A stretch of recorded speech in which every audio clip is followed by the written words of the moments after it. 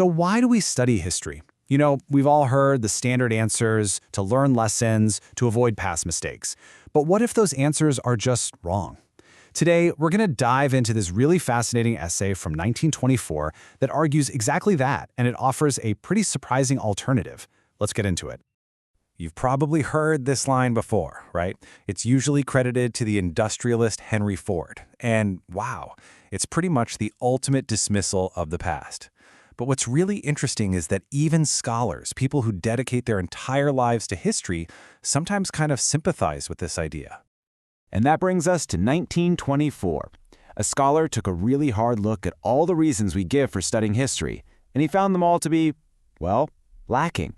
So if the standard arguments don't hold up, is there any good reason left to even look back? That's the big question we're exploring. Okay, so first up, let's tackle the big three reasons we're always given for hitting the history books. And more importantly, we'll see why our writer from a century ago thought they were all built on some seriously shaky ground. This is the classic, isn't it? The big one. We study the past so we don't repeat its mistakes. I mean, it sounds so practical, so obvious. But according to the author of our essay, this simple idea is just fundamentally flawed. Ouch. That is a pretty sharp takedown. The author quotes this one cynical professor who basically believed that history is way too complex, way too chaotic to offer up these simple, repeatable lessons. And he argues that anyone who claims to have found one, well, they just haven't been paying close enough attention. All right, so what about this one? This is a huge reason history is taught in schools, right? To tell the grand, heroic story of a nation, to make us all proud citizens.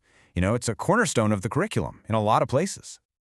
Now, this is where it gets really clever. The author says this approach can be a boomerang. And why is that? Because when you really start digging into the history of any nation, you inevitably find stuff that isn't so heroic. You find the complicated and, yeah, sometimes shameful parts of the story. And when that happens, the whole patriotic lesson can come flying right back and hit you in the face. Okay, this one feels a lot more scientific, doesn't it? To know the cause of things. The idea here is that you can just trace a clean line from the past to the present, like it's a roadmap. It seems logical for sure, but our author argues it's actually completely futile. And this is just a brilliant way to put it. He tells this story about a teacher who tried to chart the causes of just a single historical event. And what he ended up with looked like a map of a disorderly railway terminus, just a total chaotic mess of lines crossing everywhere with no clear path. The past isn't a single track leading to right now. It's an impossibly complex tangle. So if all the usual reasons fail, then what is history actually good for? This is where our author really pivots. Before he gives his own answer, he first clears the deck. He makes it really clear what a true scholar's approach is not for. Right, so he's not interested in creating some giant overarching theory of everything. He's really suspicious of those so-called lessons. He sees chasing causes as a will-o'-the-wisp, like chasing a ghost you can never actually catch. And he definitely doesn't think the historian's job is to just defend a particular institution. No, he's after something else entirely. So if everything on the surface of history is just this chaotic, changing mess, is there anything stable underneath it all? Well, our author argues, yes, there is one constant factor. There's a signal hiding in all that noise. Just look at this. On one side, you've got everything that changes. Governments, technology, science, even the languages we speak. But on the other side, you've got the one thing he says is a constant, the fundamental way the human mind and heart work. Our circumstances change, absolutely, but the way we think, the way we feel, the things we hope for and fear, that stays remarkably consistent. And this brings us right to his central idea, a concept he calls interior history. See, for him, the whole point isn't just to study what people did, it's to understand the internal world that drove them, their mindset, their emotions, the whole intellectual and emotional landscape of their time. This is just such a brilliant way to explain it. Think about it. A newspaper from 1924 might get the facts of a story totally wrong, but that same newspaper is a perfect, first-hand artifact of what people in 1924 cared about, what they were afraid of, and how they saw the world. It's a flawless record of a past state of mind, and that is the real gold mine for a historian. So, why does any of this matter to us a century later? Well, because studying this interior history gives us something way more valuable than just facts or simple lessons. It delivers a really powerful dose of humility. Let's be honest, we all feel this way sometimes, don't we?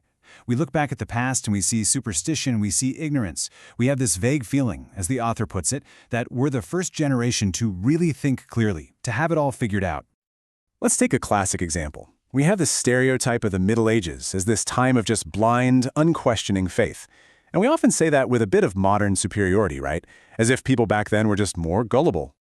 But when you actually study the interior history of the Middle Ages, you find something totally different.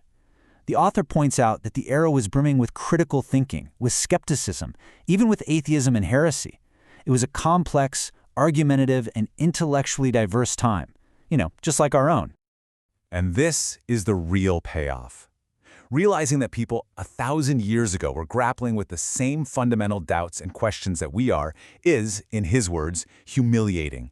And he means that in the best way. It completely dismantles our modern arrogance and connects us to them on a deeply human level. We haven't invented skepticism or disbelief. The author ends with this powerful question from the book of Job, and it's a direct challenge to our own arrogance.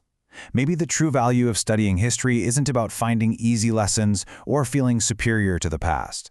Maybe it's about the humbling realization that wisdom was never the exclusive property of the present.